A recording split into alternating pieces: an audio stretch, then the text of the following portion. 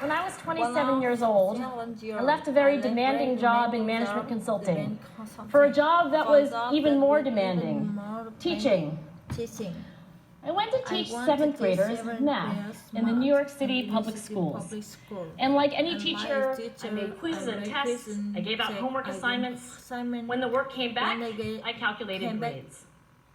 What struck me was that IQ was not the only difference between my best and my worst students. Some of my strongest performers did not have stratospheric IQ scores.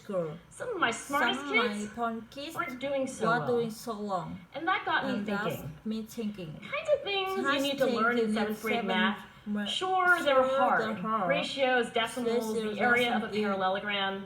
But these concepts are not impossible. And I was firmly convinced that every one of my students could learn the material if they worked hard and long enough. After several more years of teaching, I came to the conclusion that what we need in education is a much better understanding of students and learning from a motivational perspective, from a psychological perspective. In education, the one thing we know how to measure best is IQ. But what if doing well in school and in life depends on much more than your ability to learn quickly and easily? So I left the classroom and I went to graduate school to become a psychologist. I started studying kids and adults in all kinds of super challenging settings. And in every study, my question was, who is successful here and why? My research team and I went to West Point Military Academy. We tried to predict which cadets would stay in military training and which would drop out. We went to the National Spelling Bee and tried to predict which children would advance farthest in competition. We studied rookie teachers working in really tough neighborhoods, asking which teachers are still going to be here in teaching by the end of the school year. And of those, who will be the most effective at improving learning outcomes for their students? We partnered with private companies asking which of these salespeople is going to keep their jobs, and who's going to earn the most money. In all those very different contexts, one characteristic emerged as a significant predictor of success.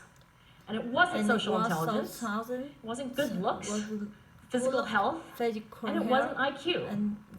It was grit. Grit is passion and perseverance for very long-term goals. Grit is having stamina. Grit is sticking with your future, day in, day out, not just for the week, not just for the month, but for years. And working really hard to make that future a reality. Grit is living life like it's a marathon, not a sprint. A few years ago, I started studying grit in the Chicago public schools. I asked thousands of high school juniors to take grit questionnaires, and then waited around more than a year to see who would graduate. Turns out that grittier kids were significantly more likely to graduate, even when I matched them on every characteristic I could measure. Things like family income, standardized achievement test scores, even how safe kids felt when they were at school. So it's not just at West Point or the National Spelling Bee that grit matters, it's also in school, especially for kids at risk for dropping out. To me, the most shocking thing about grit is how little we know, how little science knows about building it. Every day, parents and teachers ask me, how do I build grit in kids? What do I do to teach kids a solid work ethic? How do I keep them motivated for the long run? The honest answer is, I don't know. What I do know is that talent doesn't make you gritty. Our data show very clearly that there are many talented individuals who simply do not follow through on their commitments. In fact, in our data, grit is usually unrelated or even inversely related to measures of talent. So far, the best idea I've heard about building grit in kids is something called growth mindset. This is an idea developed at Stanford University by Carol Dweck, and it is the belief that the ability to learn is not fixed, that it can change with your efforts. Dr. Dweck has shown that when kids read and learn about the brain and how it changes and grows in response to challenge, they're much more likely to persevere when they fail because they don't believe that failure is a permanent condition.